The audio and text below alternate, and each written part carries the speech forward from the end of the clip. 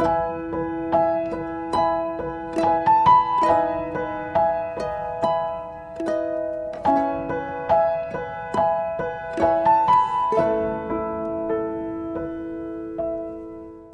kasih. 주 예수 아이워 주 예수 아이니. Luar biasa.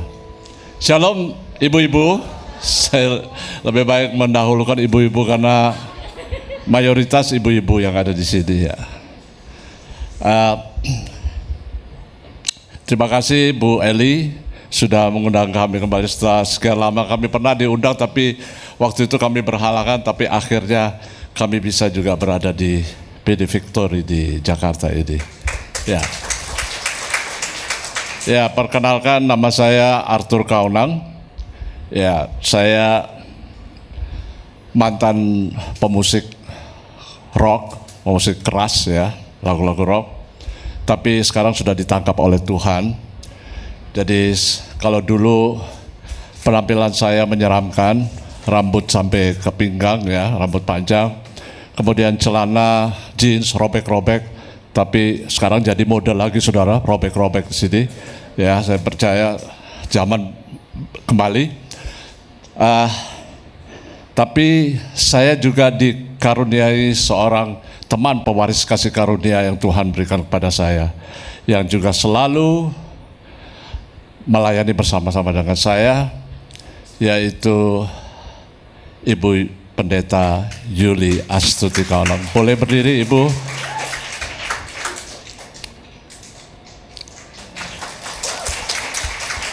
Ya, ini istri saya. Nah, saudara, saya akan sedikit memberi kesaksian sebelum Ibu Yuli yang bersaksi, dan tentu saja juga saya akan membawa ibu-ibu di sini untuk menyembah bersama saya, ya, sebelum nanti Ibu bersaksi. Saudaraku, selama 29 tahun, saudaraku, Tuhan sudah memanggil saya. Tetapi saya selalu berusaha menghindar, saudaraku. Tuhan begitu baik, saudara, untuk menjadikan saya sebagai alat kerajaannya. Tetapi karena saya tidak mengerti, walaupun ibu saya juga mengajarkan untuk selalu datang kepada Yesus. Saya dilahirkan juga sebagai orang Kristen, tetapi masa muda saya di dalam keluarga yang broken home, maksud saya, di mana orang tua bercerai, sehingga akibatnya saya tumbuh di dalam keluarga yang tidak bahagia, dan itu membuat saya menjadi pemberontak. Padahal Tuhan memberikan talenta saya untuk bermusik, menciptakan lagu dan lain sebagainya yang Tuhan percayakan kepada saya. Jadi saya di dunia musik memang sudah dikenal dari grup saya di Surabaya dulu, yaitu grup AK, yang terdiri dari 4 orang, yaitu ada Uco Arahab sudah meninggal, saudaraku, kemudian Syekh Abidin sudah meninggal. Nah, yang 2 orang lagi ini dibiarkan hidup oleh Tuhan karena tugas belum selesai. Ya, saya sebut namanya Pendeta Sonata Tanjung, dia pendeta di Betani, Surabaya. Yang satu lagi saya sendiri, ibu-ibu, Arthur Kaunang, yang akhirnya juga jadi pendeta. Bahkan bukan pendeta, saya bersama istri dipercaya Tuhan untuk menggembalakan gereja di Blok M sana, saudaraku. Nah, kembali lagi perjalanan saya. Saya begitu dielu-elukan, saudaraku, ya. Saya menjadi sombong, pakai mahkota kesombongan saya. Apalagi penggemar saya mayoritas wanita, ibu-ibu. Karena wajah saya kan lumayan, Bu, ya. Kalau enggak mungkin istri saya jatuh hati sama saya. Pandangan pertama pasti ibu-ibu ketemu mantan suami, pasti lihat wajah dulu dong. Ya kan? Saya juga lihat istri saya, mantan istri saya dulu, lihat wajah dong, ya kan. Wah, ini boleh ini, ya kan. Nah, tetapi saudaraku, berjalannya dengan waktu, karena saya tidak tertanam di firman Tuhan, padahal ibu saya sudah mengajarkan selalu lees the Bible, bahasa Belanda sama saya, lees altijd the Bible for Yesus, begitu bahasa Belandanya. Namun saya berontak, ya, anak muda. Dan berjalan waktu Tuhan angkat saya di grup AK, kemudian AK ini bubar, karena bukan bubar, Uco Arab memisahkan diri bergabung dengan Ahmad Albar, membuat grup Duo Kribo, karena sama-sama Kribo. Uco Arab Kribo, Ahmad Albar juga Kribo, sehingga mereka sempat membuat film juga Duo Kribo. Nah, yang 3 orang ini tinggal saya, Syabidin, dan Sonata Tanjung. Kita akhirnya membentuk SAS, Sonata Arthur Syabidin. Dengan album yang begitu banyak, bahkan album yang terakhir saya menciptakan lagu Sampek Eng Tai. Ya, itu anak-anak muda senang sekali dengan lagu ini, terutama yang aliran keras, ya, aliran metal begitu. Tetapi sebenarnya ada edukasi sebenarnya, jadi jangan melakukan bunuh diri, karena itu Tuhan tidak menghendaki yang begitu. Baik saudara, ibu, saya akhirnya karena terus berada di dalam kegelapan, sehingga gaya saya adalah seks, ya, drugs, and rock and roll. Seks, narkoba, dan musik rock and roll. Ya, itu yang terus mencekam atau menjerat hidup saya. Sehingga saya pikir dengan uang banyak, dengan segalanya saya punya, saya bisa membeli apa saja. Dan itu sungguh membuat teman pewaris kasih karunia sungguh menderita, terpuruk saudaraku. Padahal saya sudah dikarunia 3 putra dan putri yang luar biasa. Yang pertama, anak saya yang pertama, Tessa Kaunang, seorang presenter, seorang pemain film dan foto model, banyak sekali predikatnya. Nama lengkap yang saya berikan kepada anak saya, karena dia cantik seperti mamanya, saudaraku. Nama yang saya berikan kepada anak saya yang pertama ini cukup panjang: Tesalonika Indria Roxana Aryani Anes Kaunang. Saking senangnya, saudaraku. Ini nama orang seniman kalau kasih nama pada anak pasti panjang, saudaraku. Ya. Tapi orang tahunya ya Tessa Kaunang gitu. Tapi itulah nama lengkapnya. Kemudian yang kedua, inilah saudaraku. Sebenarnya dia itu seperti Kristus yang menyerahkan dirinya. Padahal talentanya luar biasa, dia bisa memainkan piano, dia bisa menciptakan lagu dari 2 album rohani yang dari saya bersama anak-anak saya. Kebanyakan lagu-lagu ciptaan Genesis Kaunang. Ya, anak saya yang kedua, Genesis Kaunang. Dia juga sudah pendeta, pastor, bahkan dia juga seorang pengacara, lawyer. Tapi dia dipanggil pulang 2 tahun yang lalu karena menderita kanker stadium 4. Tapi itulah, kita tidak tahu misteri daripada Tuhan. Cukup, kata Tuhan, cukup kau menderita. Karena apa, saudara? Enggak apa-apa, saya buka di sini. Ternyata anak-anak saya, menantu saya, mereka menjadi mualaf. Tapi itulah salib yang harus saya bersama keluarga pikul. Kami harus berjalan terus, apalagi kami dipercaya sebagai gembala. Nah, saudaraku, jalannya dengan waktu, saya bergaul dengan begitu banyak wanita. Ya maklum,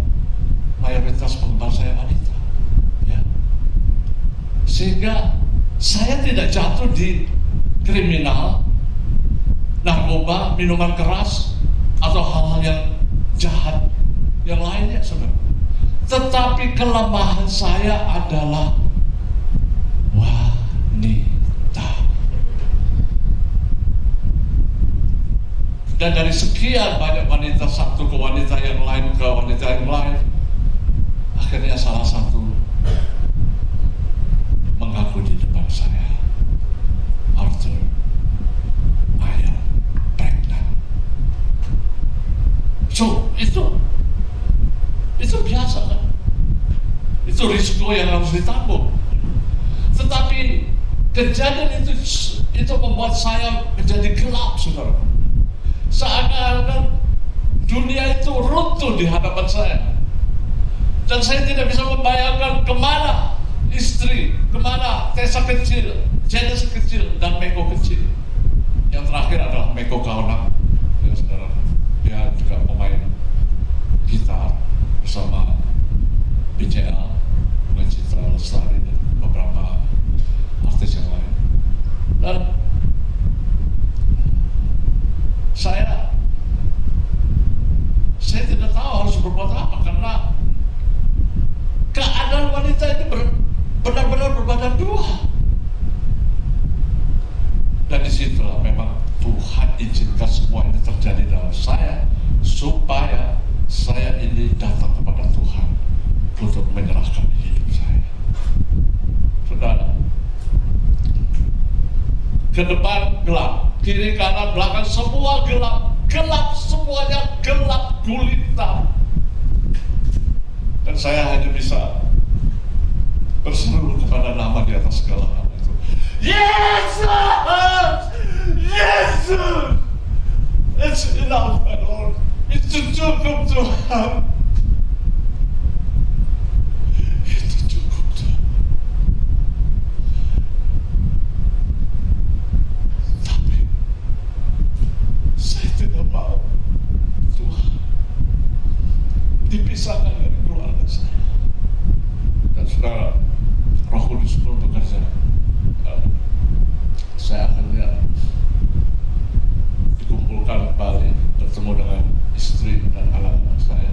Saya di depan mereka, saya minta ampun, saya mengaku semua.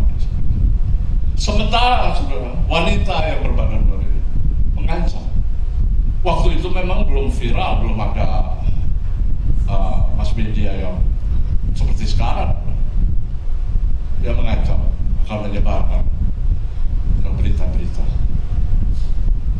Namun saudara, ketika saya berserah kepada Tuhan, Tuhan melakukan perkaranya. Dia menghapus, delete semua apa yang terjadi. Dan setelah saya mohon ampun kepada istri dan anak-anak saya pun dan mereka menerima saya, walaupun dengan bahkan istri saya mengajarkan kepada anak-anak saya itu, miliki hati yang mengampuni kepada Bapa. The power of forgiveness harus kau berikan kepada Bapa. Karena kalau tidak ada Papamu, tidak mungkin kamu lahir di dunia. Akhirnya mereka belajar untuk memiliki hati yang mengampuni, seperti Yesus juga telah mengampuni saudara dan saya. Amin. Itulah tujuan dan pada kesaksian saya. Dan akhirnya ketika saya sudah kembali, saudara, saya melakukan perselingkuhan dengan begitu banyak wanita. Bukan saja perselingkuhan, saudara, istri saya ini seperti sudah jatuh, tertimpa tangganya pula. Ya bagaimana, saya sudah meninggalkan dia selama sekian tahun. Nanti Bu Yuli akan bersaksi juga dari versi yang Bu Yuli sendiri. Jadi saya sudah mengkhianati dia, membuat dia menderita. Tapi saya melakukan KDRT, kekerasan. Bukan cuma memukul, menampar, itu biasa, saudara. Saya menendang, saya menginjak-injak istri teman pewaris kasih karunia yang Tuhan berikan kepada saya, sehingga tulang di dadanya patah, saudara. Dan dia nyaris meninggal. Dibawa ke rumah sakit UGI Jawa dan dalam keadaan koma selama hampir 2 bulan. Jadi itu adalah target daripada iblis untuk menghancurkan keluarga-keluarga Kristen. Terutama yang diserang pasti suami, laki-laki seperti saya. Tapi Tuhan Yesus baik, amin. Tuhan Yesus selalu baik. Dia menangkap saya dan saya mengaku semuanya, dan roh Tuhan bekerja di dalam keluarga saya. Dan akhirnya sudah, ketika saya mendapatkan pengampunan itu dari Tuhan melalui istri saya, ketika saya berseru kepada nama Yesus itu, seperti Yesus datang kepada saya dan dia menarik saya dari lumpur dosa itu. Dia angkat saya, bahkan dia membasuh saya dengan air murni. Saya dimurnikan kembali, disucikan kembali. Aku akan memberikan hati yang baru, aku akan memberikan roh yang baru, dan aku akan mengambil hatimu yang keras, yang memberontak itu daripada, dan kuberikan hati yang baru. Saudara, itulah damai sejahtera. Itulah apa yang bisa Tuhan berikan kalau kita mau datang bertobat. Bertobat total maksudnya, saudara, bukan tobat kumat, bukan begitu. Akhirnya itulah titik balik daripada pertobatan saya, sehingga Tuhan bawa saya sama istri cerita, dan saya juga kembali, Tuhan, apa yang harus saya lakukan? Saya berdua diutus ke Amerika selama 5 kali, bahkan ke Kanada juga, saudara. Saya tidak tahu apa maksudnya Tuhan. Ternyata Tuhan mau melatih kita untuk bersaksi, untuk menyebarkan Injil di sana, saudara. Dan akhirnya ketika kembali, pas sebelum COVID, sebelum pandemi, akhir tahun 2019, Tuhan sudah merancangkan sesuatu yang besar dalam saya dan keluarga. Dan itulah, saudara, bagaimana bila kita taat, maka Tuhan akan melakukan perkara-perkara besar di dalam kehidupan. Saudara, saya akan memberkati saudara, dan juga tentu saja ikut menyembah bersama saya dengan satu pujian yang saya dapat inspirasi dari Roh Kudus, diambil dari Yohanes 5 ayat 9. Mujizat di kolam Bethesda. Ketika ada perayaan Yahudi, Yesus datang, saudara, di kolam di mana banyak sekali menderita sakit. Barang siapa yang masuk pertama kali di dalam kolam itu, di mana ada malaikat yang menggoncangkan airnya, yang pertama kali masuk, dia disembuhkan. Tetapi ada seorang lumpuh, dia tidak bisa ke sana karena pasti didului sama mereka yang sehat. Sehingga ketika Yesus datang, Yesus tahu bahwa dia sudah 38 tahun menderita itu. Ternyata di situ juga ada yang sakit, saudara. Namanya Arthur Kaulang. Dan Yesus bertanya kepada saya, Arthur, maukah engkau sembuh? Mujizat di kolam Bethesda.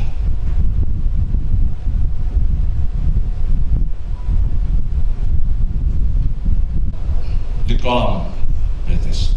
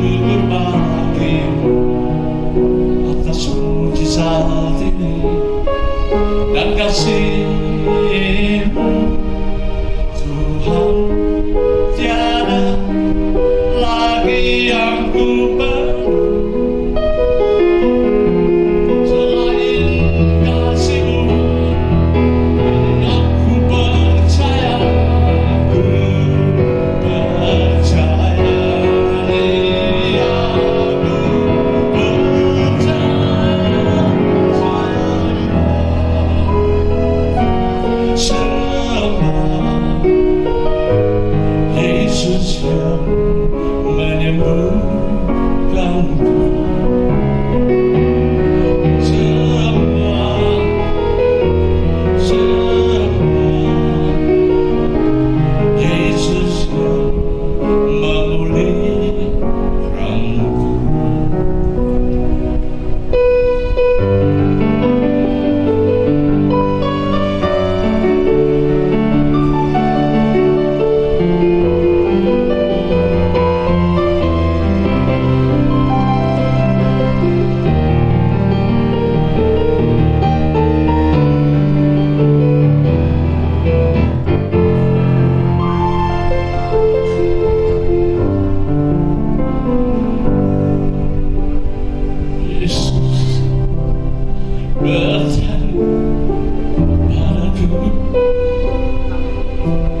Maukah kau disambutkan?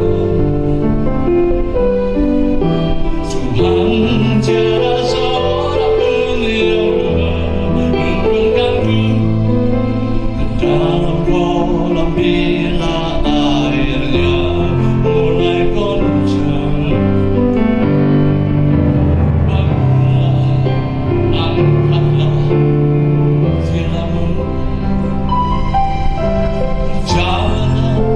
Engkau telah sembuh. Jangan berbuat dosa lagi, bertobatlah supaya jangan terjadi yang lebih buruk. Segala pujian dan syukur bagimu atas mujizat ini dan kasih-Mu. Tuhan, tiada lagi yang ku beri selain kasih-Mu. Kini aku percaya,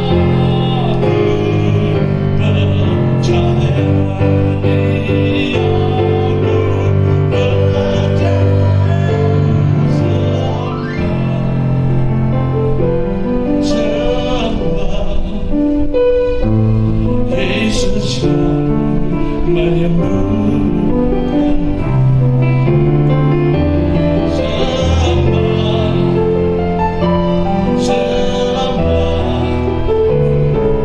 Yesus yang memulihkanku. Mari bangkit berdiri, ibu-ibu, kita sembah Dia. Sembah semuanya. Yesus, Yesus yang menyembuhkanku. Sembah Tuhan, Yesus, Yesus yang memulihkanku. Sembah Tuhan.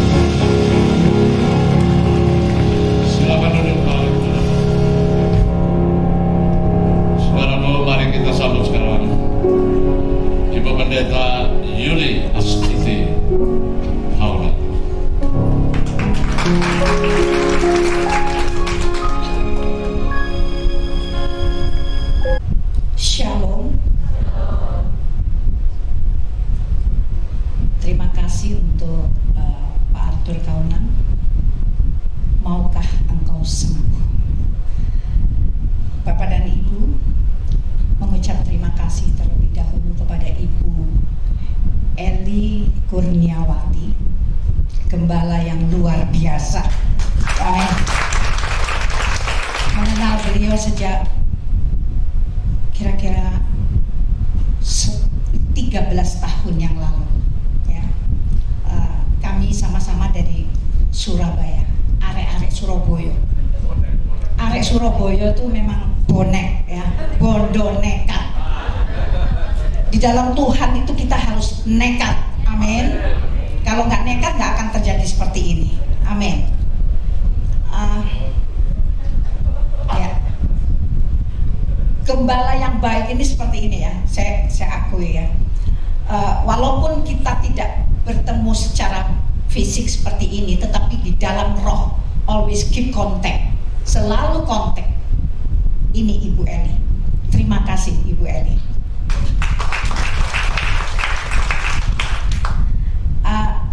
Saya Yuli Astuti Kaunang, orang Jawa asli dari Surabaya, Pak.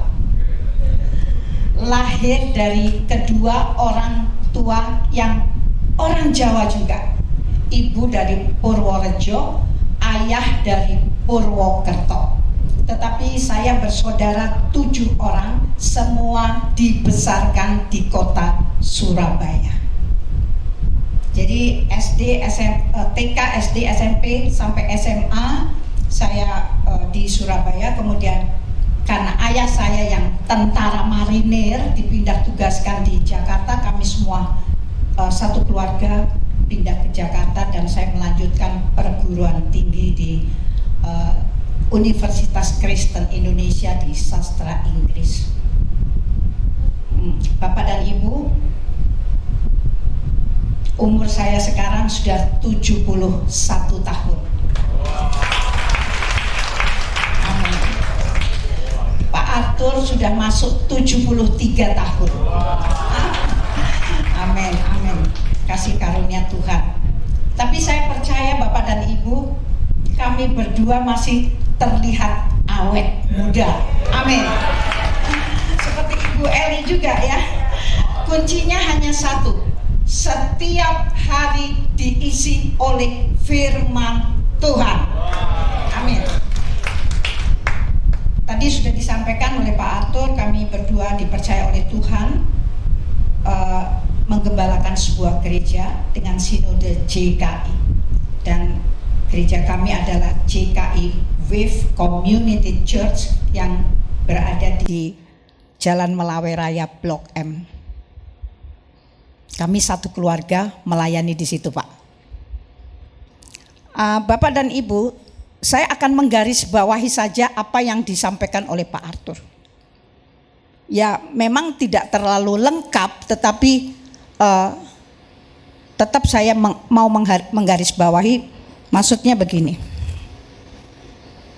Wanita mana yang tidak marah, yang tidak merasa terluka hatinya ketika suami yang menikahi secara sah, ya, artinya saya menikah diberkati di gereja GPIB Maranatha Surabaya. Di sini ada arek-arek Surabaya. Tadi waktu masuk ke toilet sempat berfoto-foto dulu, Bu. Makanya masuk ke sininya agak terlambat. Karena engko nek ndek jero gak iso foto-fotoan. Ya, jadi mumpung ada di sana ya udahlah. Nah. Ya. Kemudian secara hukum saya juga mendaftarkan diri di catatan sipil. Jadi saya yang berdiri di hadapan Bapak dan Ibu dan Bapak Pendeta Billy Lantang, saya adalah istri Arthur Kaunang yang sah.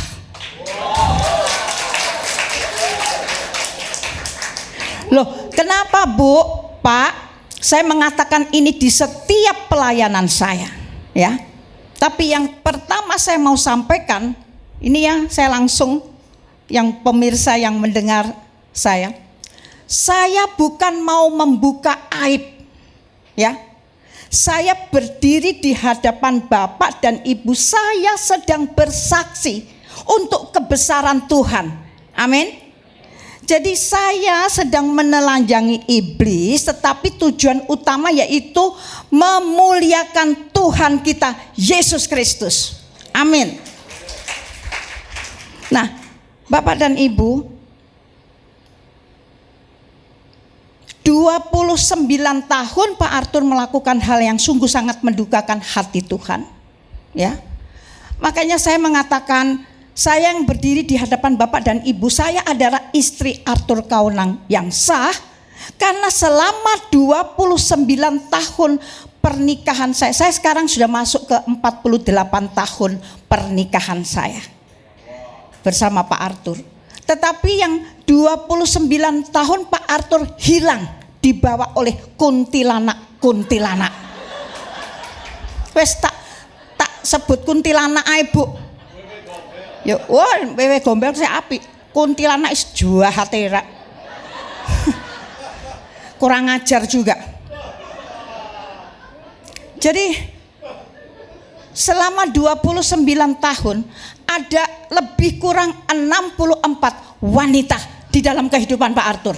Wes. Pak, nek arek Surabaya ngomong iku sing konangan. Nah, itu yang ketahuan. Jadi berarti ada lebih dong. Nek gak salah Pak, satusan ya Art ya.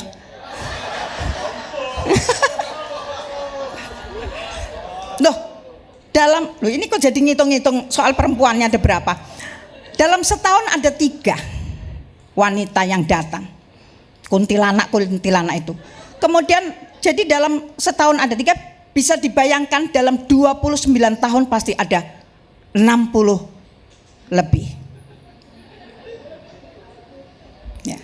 Bapak dan Ibu, selain Pak Arthur yang memperlakukan saya secara tidak adil dan mendukakan hati Tuhan, ya, secara batiniah Pak Arthur melakukan pengkhianatan dengan dia berselingkuh dengan begitu banyak wanita.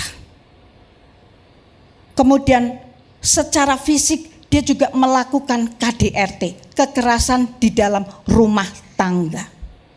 Tadi sudah disampaikan, baru sedikit loh itu. Baru itu, belum yang medeni gitu loh, maksudnya yang serem-serem gitu ya. Tapi di sini saya akan terbuka ya, karena ini ibu-ibu pasti pergumulannya hampir-hampir seperti saya. Amin. Nah, ibu-ibu, selain Pak Arthur yang memperlakukan saya secara tidak adil, kuntilanak itu juga memukulin saya. Loh, berarti kan kuntilanak jahat toh? Aduh, ya. Ada Tuhan di sini. Amin. Saksinya Tuhan. Nah, selama 29 tahun Pak Arthur pernah meninggalkan saya selama 2 tahun dan kembali lagi. Dan pernah meninggalkan saya dan anak-anak selama 5 tahun dan kembali lagi. Dan yang paling parah, pernah meninggalkan kami selama 10 tahun dan kembali lagi.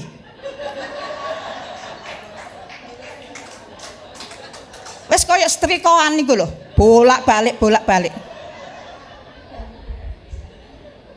Nah, Bu, walaupun Pak Arthur meninggalkan saya sekian lama, ya, memperlakukan saya secara tidak adil, ini yang perlu saya sampaikan kepada Bapak dan Ibu. Belum pernah keluar dari mulut saya kata-kata cerai.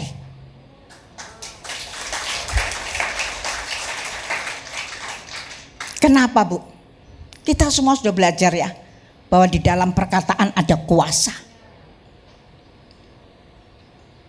Walaupun saya waktu itu enggak tahu, tapi saya percaya ini adalah hikmat dari Tuhan, tuntunan dari Tuhan. Sejak saya dipertemukan dengan Pak Arthur, saya ingin sampaikan kepada ibu-ibu ya, terutama seorang suami yang dikirim kepada kita itu adalah sebuah anugerah.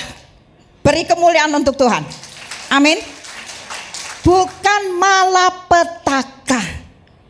Jadi kalau anugerah, ibu-ibu, tentu harus dipelihara dengan baik. Nah, kenapa ibu-ibu?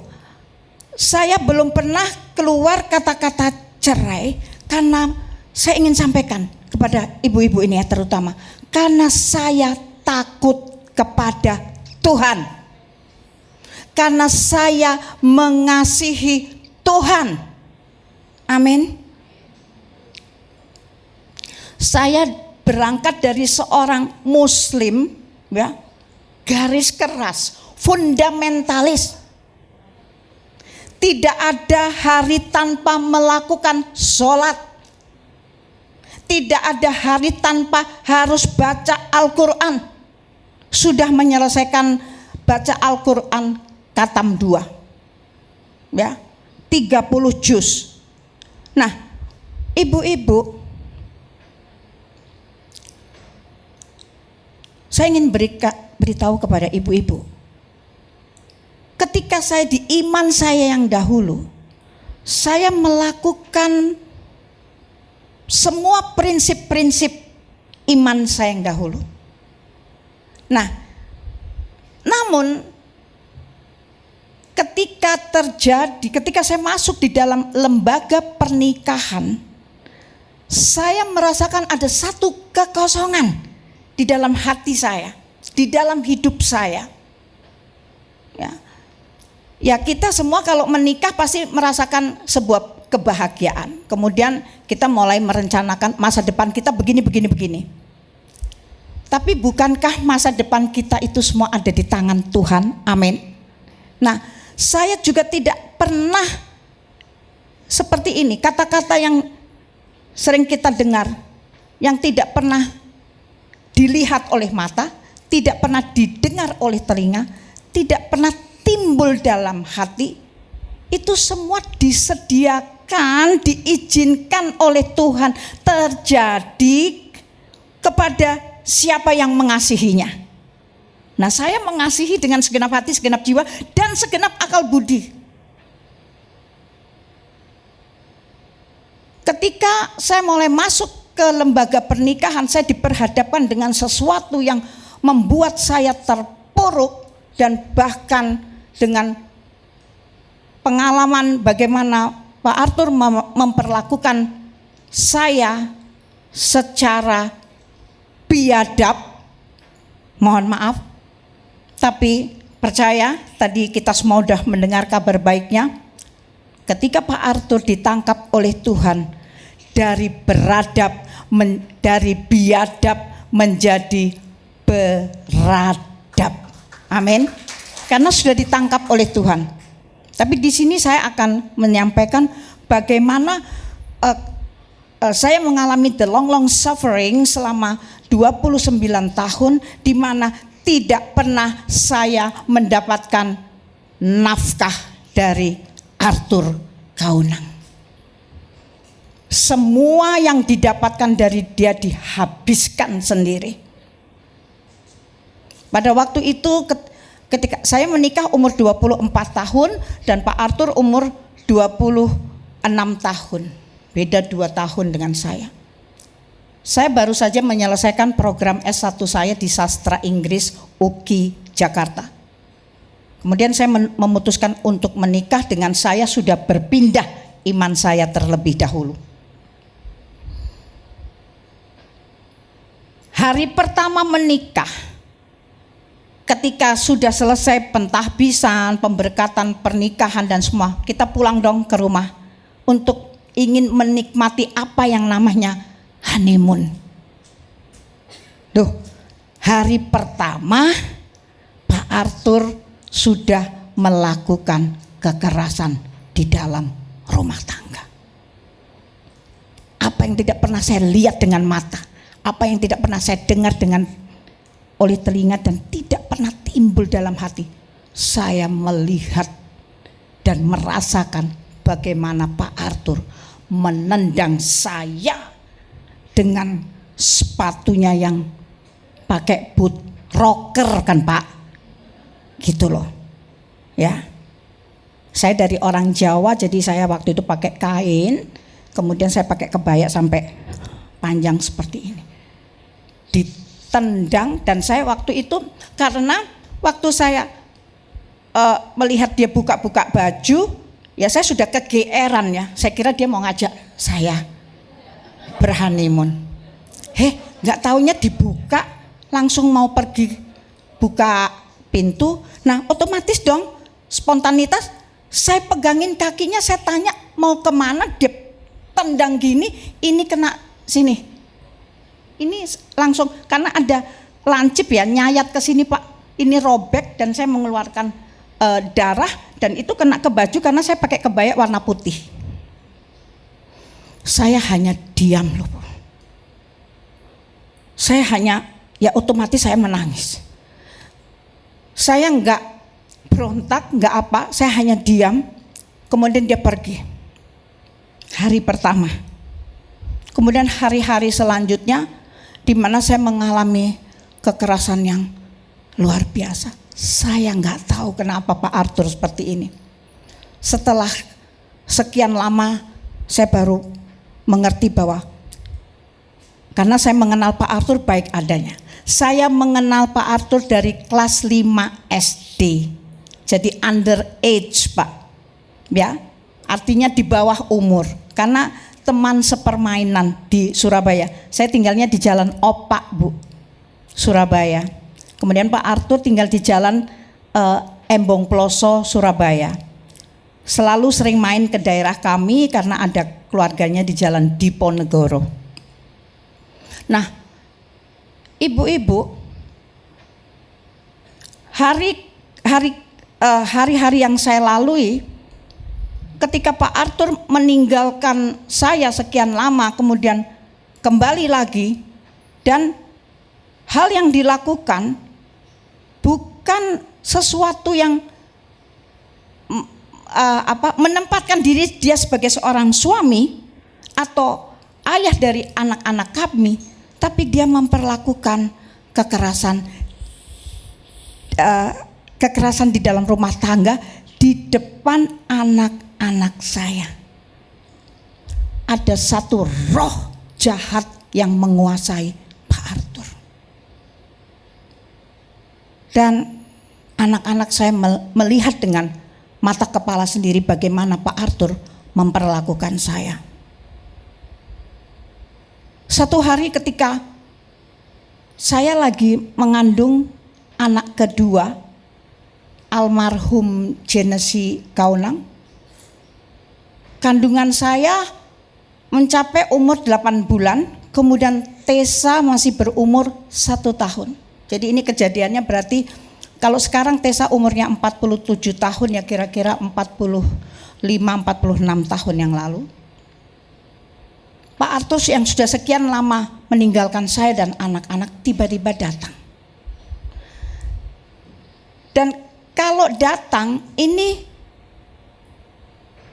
bukan ketok-ketok pintu dengan tangannya aja, tapi kakinya juga ikut nendang. Nah otomatis dong saya dengan gedoran yang keras itu kan takut, gemeter gitu. Tetapi ada suara Roh Kudus membisikkan di telinga saya, bukakan pintu karena itu suamimu. Jadi dengan kekuatan yang Tuhan berikan kepada saya, keberanian yang Tuhan berikan kepada saya tetap jalan. Saya mau belajar taat nih, bukakan pintu. Waktu saya bukakan pintu, ibu-ibu, bukan mukanya yang saya lihat. Kita kalau buka pintu kan pasti kita lihat wajahnya terlebih dahulu. Tetapi tendangan kakinya yang langsung kena ke perut saya yang lagi hamil 8 bulan. Pada waktu itu saya badannya masih kecil ya, masih langsing. Istilahnya kutilang ya. Kalau iya Ibu Eli iyalah, kurus, tinggi, langsing. Oke. Tapi ya oke lah. Pada waktu itu saya badannya kurus, hamil 8 bulan ditendang sak kayangi. Wis, iki nek wong Surabaya ngomong sak kayangi itu artinya sekuat tenaganya dia. Ditendang, yo mental lah Bu, wong saya badannya kecil. Nah, pada waktu saya mental, saya waktu itu kontrak di daerah Pademangan, Surabaya, ya, Jakarta, Pademangan Jakarta, Jakarta Utara. Jarak dari ruang tamu menuju ke ruang tengah itu enggak jauh. Karena ditendang sakayangnya tadi, itu otomatis mental dan saya mengalami pendarahan yang luar biasa. Saya mengatakan, Pak Arthur biadab. Nah, kemudian hal kedua yang dilakukan oleh Pak Arthur. Pada waktu anak-anak sudah mau menjelang remaja, kan tadi saya sudah sampaikan Pak Arthur meninggalkan kami 2 tahun, 5 tahun dan 10 tahun. Dia datang, kemudian dia mau masuk ke toilet. Waktu dia gedor-gedor pintu, walaupun dengan deg-degan, saya tetap bukakan pintu. Dan waktu saya bukakan pintu, enggak terjadi apa-apa. Langsung lego hatiku, tenang gitu. Nah, waktu itu saya sedang buat susu ya untuk si kecil. Karena yang kecil Meko Kaunang bedanya 13 tahun sama kakak-kakaknya. 10 tahun kan ninggalkan saya dan anak-anak waktu itu. Nah, kemudian waktu dia mau masuk ke toilet ya, ini saya sedang buat susu ya ibu-ibu. Otomatis dong kita sebagai istri berhak bukan bertanya. Saya bertanya kepada Pak Arthur. Saya panggilnya Art gitu ya. Dia mau masuk toilet, kemudian saya bertanya, Art dari mana? Dia jawab, studio gitu. Nah, kemudian untuk kedua kalinya, karena saya masih belum puas dengan jawabannya, kedua kalinya saya bertanya sambil saya buat susu. Waktu itu ya anak-anak belum masuk remaja, masih kecil. Itu kita ibu-ibu ya kira-kira 40 tahun yang lalu saya belum punya dispenser ya. Saya kalau ngerebus air panas tentu saya simpan di termos ya. Karena saya pengen punya air panas yang besar, jadi saya rebus air yang banyak saya taruh di termos yang besar. Nah, itu yang ada gabusnya itu ya Bu ya. Nah, waktu saya buat susu kemudian Pak Arthur saya sudah tanya untuk kedua kalinya, dari studio mana? Dia jawab loh, Billboard. Nah, studio Billboard ini ada di kawasan sini ya, Pluit ya.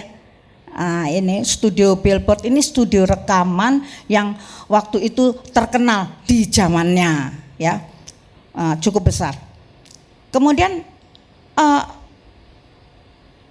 karena dia mengatakan studio, tiba-tiba Bu ya, dari mulut saya ini keluar kata-kata ya. Ini saya rasa sepertinya seperti saya nggak berhikmat ya. Saya spontanitas, studio Billboard. Langsung loh saya sampaikan begini, kamu tahu Art, semua studio, sambil dia udah mau masuk deh ke toilet, semua studio rekaman se-Indonesia Raya sudah aku hubungi selama kamu tidak pulang. Nah, dan itu satpam di studio Billboard sambil saya terus buat susu mengatakan bahwa kamu sudah 4 bulan tidak pernah menginjak studio Billboard. Jadi jelas Pak Arthur bohong. Nah, dalam keadaan tersudut ini Bu ya, apalagi saya rasa dia lagi dikuasai roh kenajisan ini. Tiba-tiba yang tadinya mau masuk ke toilet itu bisa berbalik arah malah menghampiri saya dengan serta merta. Ini ya, ini ada di meja. Ini saya buatnya di sini. itu diangkat termos yang gabusnya enggak saya tutup itu langsung disiramkan, ini kena ke kepala saya sini. Dan pada waktu itu karena daerah Pademangan itu panas, saya di rumah pakai daster yang model tank top. Ya kesiram lah, habis air panasnya banyak. Untung saya merem, ya, kena ke rambut, sempet habis rambutnya botak, ya. Tapi tumbuh lagi, ini asli ya, ini bukan palsu ya, puji Tuhan, amin. Nah, ya, nah, kemudian karena saya kepanasan, ya otomatis saya lari ke kamar mandi. Waktu itu karena rumah kontrak kecil daerah Pademangan ya, kamar mandinya masih berbentuk bak ya. Nah, belum ada model shower itu ya. 40 tahun yang lalu. Kemudian saya lari dan karena panas kesiram air panas ini yang terutama di punggung itu, langsung saya jebur ke baknya itu dan baknya nggak besar. Itu saking panasnya saya goserkan itu punggung saya tuh sampai melonyot ya, karena panas kan dia melepuh. Nah waktu melonyot itu terkelupas, waduh perihnya setengah mati. Di situ saya menjerit histeris sekeras-kerasnya. Tapi tahu apa yang terjadi? Justru Pak Arthur meninggalkan saya selama 10 tahun. Wis digondol kuntilanak. Dan kemudian hari demi hari saya melalui kehidupan saya dengan ya tentu dalam keterpurukan ya, karena saya tidak mendapatkan nafkah. Bu, Pak, bisa nggak saya telepon ayah saya, ibu saya? Tapi saya belajar untuk I keep my mouth. Saya belajar untuk menutup mulut saya for about 29 years. Saya belajar untuk menutup mulut saya selama 29 tahun. Saya hanya berserah sepenuhnya kepada Tuhan. Amin. Karena kalau saya, maaf ya, seandainya saya lapor-lapor, mulut saya ember gitu ya, bilang ke tetangga atau ke teman saya atau apalagi ke keluarga saya yang inti, wes gak usah ada hitungan waktu Bu, berapa detik pasti dia dibunuh oleh ayah saya. Ayah saya menjabat sebagai komandan marinir Pak di Gubeng Surabaya ya pada waktunya, dan waktu masuk Jakarta sempat jadi komandan Petrus, penembak misterius, macem-macem dibeleh, macem-macem dibacok, ya nggak mungkin nggak lewat tangan ayah saya, tinggal perintah toh gitu. Tapi Tuhan baik ya, oleh hikmat yang diberikan kepada saya mau taat untuk tutup mulut. Nah kemudian hal ketiga yang dilakukan Pak Arthur ini yang paling parah, dimana setelah sekian tahun datang lagi. Ya kalau datang itu cuma sehari, kemudian enggak sampai sehari, mungkin hitungan waktu kalau enggak terjadi apa-apa. Nah ibu-ibu ini anak-anak benar-benar sudah SMA. Saya tinggal di pindah lagi di kontrak rumahan di daerah Jatiwaringin di daerah Elang Malindo Jakarta, Pondok Gede. Waktu itu kami bertetangga persis di depan rumah evangelis Mas Rudi Salam Pak. Istrinya namanya Rina. Nah,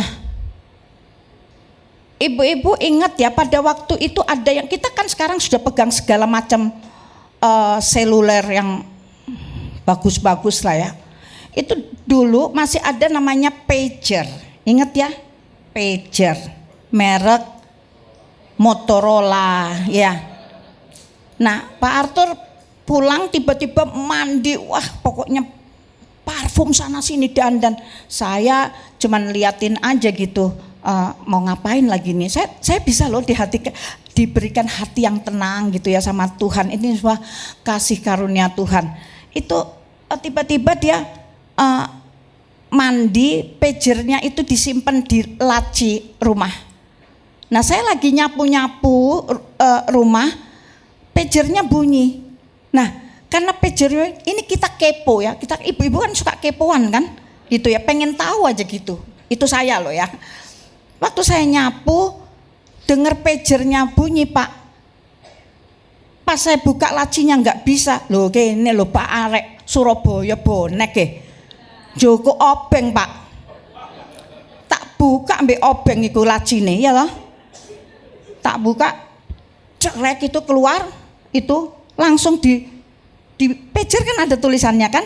Itu di Om, aku tungguin Om di Hotel Arya Duta. Loh. Nek Om itu berarti kan arek enom toh Bu, ya toh. Terus pokoknya Pak Arthur itu sama wanitanya itu nano. Ya wong paling banyak orang Cina loh Bu. Ya maaf ya, Chinese gitu ya. Cantik kan Chinese itu ya. Terus orang bule ada, orang Jawa ada, orang pokoknya se-Indonesia Raya yang 64 lebih kok, ya toh. Sembilan nih temenan kok. Ya, nah, ya, kemudian waktu saya buka di situ dikatakan, Om saya sudah nungguin Om di Hotel Arya Duta. Loh, waktu saya baca Pak, wong wedok loh Pak, kemropok atine ya toh? Apa sih Bu? Kemropok itu panas atine ya dong? Wis. Ibu Listiana, terima kasih hadir. Itu aku langsung angkat ya, wes enggak ini gemeter itu, langsung aku banting itu pecah itu ngebyur lah. BM murahan ya, pagernya ya langsung. Oh Motorola ya, sorry. Tapi jenenge dibanting ya pecah dong, iya dong. Waktu saya banting pecah ngebyur itu, lah Pak Arthur baru aja selesai mandi, ngelihat di lantai pecah, dia tahu dong, hafal betul kalau ini pager yang pecah. Waduh, saya ngelihat dia gitu, memang takut, saya lari, kayak film loh, udah lari jatuh lagi. Nah, aduh, benar. Waktu saya jatuh kan saya lari kan, enggak tahu saya kena meja atau apa, saya jatuh, saya pas balik gini itu saya ngelihat Pak Arthur tuh seperti terbang, itu nginjek saya dengan kaki ya, itu langsung kena ke tulang saya di sini ya, ini langsung patah. Dan saya memang udah hilang, udah gelap, udah nggak ingat. Dan yang saya dengar dari anak-anak saya mengatakan, karena anak-anak saya lari pada waktu itu maghrib ya, sudah mau deket malam, lari ke depan rumah minta pertolongan kepada Mas Rudi Salam Pak. Jadi itu saksi ya. Kemudian membawa ke rumah sakit UKI Cawang. Nah, saya dikatakan di sana saya mengalami patah di tulang dada saya, dan pada waktu saya siuman ya, ada dokter kunjungan yang kebetulan dokter forensik. Kemudian saya tanya, saya di sini ada apa? Terus dijelas-jelaskan, kemudian dia panggil susternya untuk ambil foto ronsen. Sampai sekarang ya tetap saya simpan ya. Foto ronsennya itu menunjukkan di situ bahwa tulang di dada yang patah itu menusuk ke paru-paru. Itu yang mengakibatkan I almost die. Saya hampir meninggal dunia. Saya mengatakan, Pak Arthur benar-benar biadab. Nek wong Surabaya ngomongnya pancene mantep. Biadab. Nah, itu pun langsung Pak Arthur meninggalkan saya sekian lama. Nah, apa sih yang saya lakukan ketika Pak Arthur memperlakukan seperti ini, apakah saya membalas? Belum pernah ada pikiran masuk di dalam otak saya, apalagi mulai masuk ke hati nurani saya. Soalnya gini ya, iblis itu ya, maaf Pak, boleh menjelaskan sedikit. Iblis itu kalau bekerja itu luar biasa. Dia selalu mulai dengan pikiran, kemudian masuk ke hati nurani kita. Ya, kalau sudah mulai merusak, ini terjadi hal-hal yang tidak berkenan di hadapan Tuhan. Nah, waktu Pak Arthur meninggalkan saya tentu anak-anak sudah mulai remaja, tentu saya diurus sama anak-anak saya semua. Nah, ibu-ibu, ketika saya lulus dari jurusan sastra Inggris, saya menjadi guru bahasa Inggris. Saya pernah mengajar di SD Kristen IMKA di Jalan Borobudur. Kemudian saya pernah mengajar di SMP Kristen Kuitang, Jakarta, dan SMA Negeri 27 Percetakan Negara. Ketiga-tiganya ini saya di PHK. Nah, ini ceritanya sedikit. Kenapa sih saya di PHK? Nih, ibu-ibu, bayangkan ya, pada waktu Pak Arthur datang, itu cuman kerjanya hanya pukulin saya, gebukin saya. Kalau mukul Pak, kalau belum sampai mata saya berdarah, sampai rasanya ini kelopak itu rasanya udah mau keluar aja itu mata. Itu belum berhenti. Roh jahat yang menguasainya. Nah, kemudian mata saya bengkak hitam. Otomatis dong saya buat surat izin untuk tidak mengajar. Tapi karena bolak-balik saya seperti itu, ini singkat cerita, saya di PHK. Jadi kan nggak mungkin dong saya mengajar pakai kacamata hitam, ya dong, gitu. Jadi saya sebaiknya seperti itu. Tapi Tuhan baik ya pemeliharaannya. Saya mengajar anak-anak itu dengan hati, ya. Saya ingin anak didik saya itu harus pintar, ya. Apalagi kalau anak-anak di zamannya saya dulu itu paling takut dengar yang namanya guru bahasa Inggris karena takut sama grammar dan sebagainya. Nah, pada waktu mereka mau ujian, ya, ini mulai mau anak SD, SMP atau SMA, dia mencari saya, ya. Jadi saya otomatis saya memberikan les private. Nah, otomatis dong Bu, ini pemeliharaan Tuhan luar biasa. Kalau les private pasti dapatnya lebih banyak daripada saya mengajar di sekolah. Nah, ini pemeliharaan Tuhan luar biasa. Jadi saya bisa menghidupi Tessa kecil, Genesis kecil, dan Mego kecil. Kemudian waktu Tessa masuk di usia 15 tahun, dia ikut gadis sampul. Kemudian dia masuk di dalam sekian ratus finalis, kemudian masuk lagi di wajah Femina, dan di situ Tessa mulai punya uang banyak dan dia bisa membayar uang sekolah untuk dirinya sendiri, nggak tanggung-tanggung, nggak bayar uang sekolah sudah enggak, setiap tahun, setiap bulan itu 1 tahun diberesin semua, termasuk untuk adik-adiknya. Pemeliharaan Tuhan luar biasa, amin. Nah, kemudian yang terakhir ya Bu, ini yang saya ingin sampaikan. Selain Pak Arthur yang memperlakukan saya secara tidak adil, wanita-wanita itu juga memperlakukan saya secara tidak adil. Karena suatu saat, suatu siang, di mana tadi yang disampaikan oleh Pak Arthur tadi, titik balik dari Pak Arthur ketika ada seorang wanita datang, itu datangnya ke saya dulu, ya. Ini Pak Arthur posisinya tidak ada di rumah. Datang Pak, itu podok gendenge wis pokoknya. Saya bilang kurang ajar banget deh. Dia ngedor-ngedor. Saya kan bertetangga, kan saya malu kalau ada orang ngedor-ngedor pintu sekuat tenaga, ya. Dia ngedor-ngedor pintu itu, dia sambil teriak-teriak, minta dibukakan pintu. Nah, waktu saya bukakan pintu ya, ini salah satu dari wanita yang digauli oleh Pak Arthur. Itu datang dan dia langsung saya bukakan pintu depan ya, yang jeruji, bukan pintu ruang tamu. Itu langsung ini tangannya yang kukunya panjang-panjang itu langsung cek kena saya gini. Nah, ini orang Jawa bilang, saya langsung jengkang dong. Apa itu? Ya gitulah pokoknya, hampir jatuh ke belakang. Nah, saya pegangan pintu. Saya sambil tanya, iya ada apa? Dengar lo ya, nih wanita-wanita yang mau sama suaminya orang ini biasanya wanita nggak bener ya.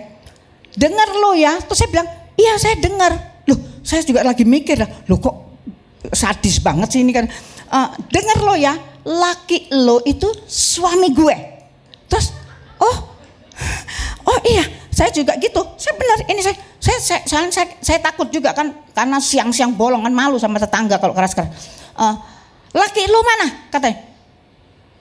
Enggak ada. Saya juga lagi sambil mikir, saya bilang, laki lo itu suami gue karena dia punya anak sama gue. Katanya gitu. Weh, saya kaget. Terus karena saya mengatakan enggak ada, sudah dong. Dia langsung, tapi sambil nutup pintu kan kebuka, itu ditutup sama kakinya. Gitu. Panjangnya kurang ajar nih perempuan ini ya. Kemudian waktu dia pulang kira-kira maghrib, dia menghubungi kami dengan telepon. Waktu telepon itu si perempuan itu di sana waktu saya angkat teleponnya itu mengatakan anjing lo, babi lo, bangsat lo. Nah, saya yang dengar itu kan gemeter. Waktu saya gemeter dengar telepon, anak-anak saya ada di rumah. Ngelihat ibunya gemeter nerima telepon tuh ditarik telepon itu, langsung dia dengar di sana masih ada kata-kata kebun binatang itu, langsung anak saya bilang begitu, hei bangsat lo, gua bunuh lo. Ini yang mengakibatkan ya Bu, anak-anak saya mengalami kepahitan yang luar biasa. Tapi satu hal yang saya ingin sampaikan kepada ibu-ibu ya, ketika Anda mengalami hal ini, belajar diam. Berikan seluruhnya keadaan yang sedang terjadi itu kepada Tuhan. Karena Tuhan yang akan berperkara. Tuhan kita adil. Amin. Dan ketika saya dalam penyembahan saya bersama ketiga anak saya Bu, kalau menyembah Tuhan itu dulu saya memang sholat ya pasti kami sujud. Saya kalau menyembah Tuhan itu saya dengan bersujud.